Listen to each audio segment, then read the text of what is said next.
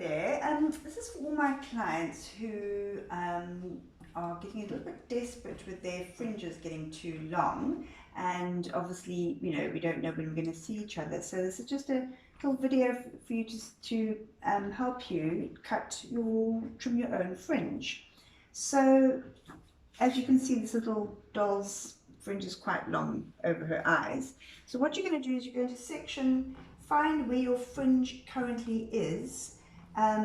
You'll be able to sort of distinguish between where your fringe has been cut before and the rest of your hair. If you can't sort of exactly find that line, just make a very thin fringe. Don't cut too much off, because then you'll be safe in not cutting it too short and also too thick.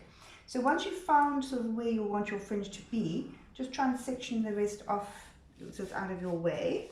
And then you do the same on the other side. You just section that little bit off. So you're just left with a little bit of a fringe in the front. As I say, rather do too little than too much if you can't find where that definite line is. And then, I know you're not all going to have hairdressing scissors at home, but if you can just find the smallest, sharpest little scissors you have, preferably not big, chunky kitchen scissors. So if you can get hold of a sort of a smallish and sort of sharp pair, then you're just going to lift the fringe up. What you don't want to do is lift it up and then just start cutting from there, because obviously you're going to cut far too much off. So the safest way you can do it without cutting too much off is take a little section at a time and then pull it right back. So you're left with just a little bit in your hand, and that's what you cut off. So the action is pick it up, make it nice and smooth, and then pull it back as tight as you can, and then whatever's far back, and then whatever's left, then just cut off. And that way it'll make it a bit shorter, but you won't be cutting too much off, and it will make it a little bit more feathery as well.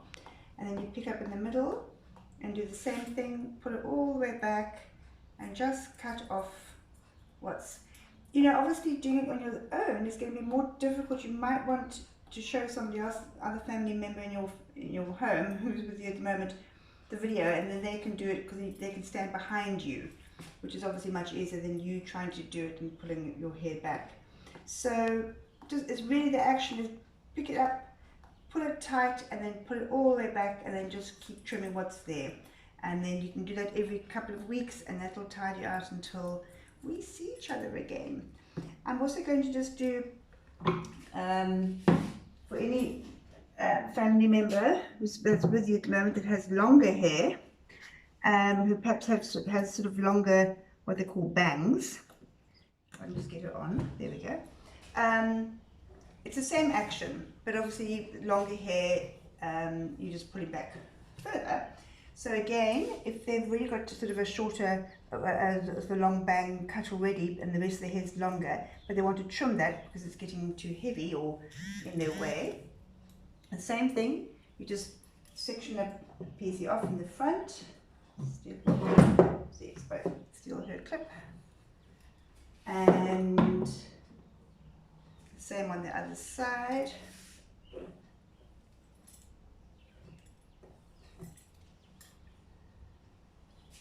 And it's the same action.